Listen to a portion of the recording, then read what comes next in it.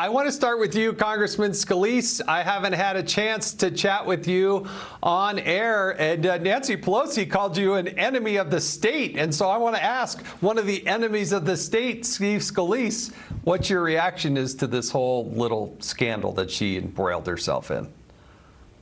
Yeah, Jason, this is another one of those Marie Antoinette moments where, you know, liberals, this is classic liberalism. They want the rules to apply to everybody but them. You know, you have to close your shop. You can't go to church, but they can just go show up. Look, every storefront ought to be able to be open. There's safe protocols to do this. You've got states like California that are crippling their businesses. They're just shutting down businesses left and right that are dying on the vine. And yet here she can go and get her hair done, but nobody else can. That's what I think angers people the most, is that they have this attitude that the rules apply to you, but it doesn't apply to them. We've got to get this economy back open and get schools open safely. There's protocols to do it. But these states like California, New York that are killing businesses left and right, some of those jobs will never come back. Those families their careers are gone. That's, I think, what's angering people the most, is that they want to have two different set of standards, one for you and one for them.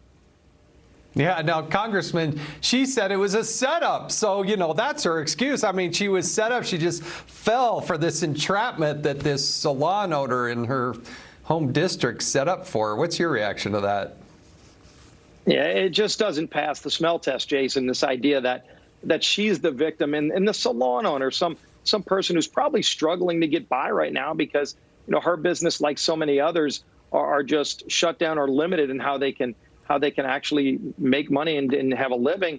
And then she's going to blame her when she knew what she was doing. I mean, look, how many times have you heard her chide President Trump or anybody else for not wearing a mask? And there she is, not wearing a mask, walking past people, not getting her hair washed, walking past people. Again, whatever the rules are, make them apply to everybody. I want to see us have more open rules where we know the safety protocols, we know the risks that are out there, but we also know that people are dying because businesses are shut down. People are dying because they're not getting their mammograms and their cancer screenings. We've got to get this economy safely open. Kids that aren't going to school, by the way, it's doing damage, long-term damage to these kids that aren't being allowed to go to school. We should have a debate on school choice right now. If your system's taking your money and not educating your child, shouldn't you be able to send your child somewhere else where they'll educate your child safely?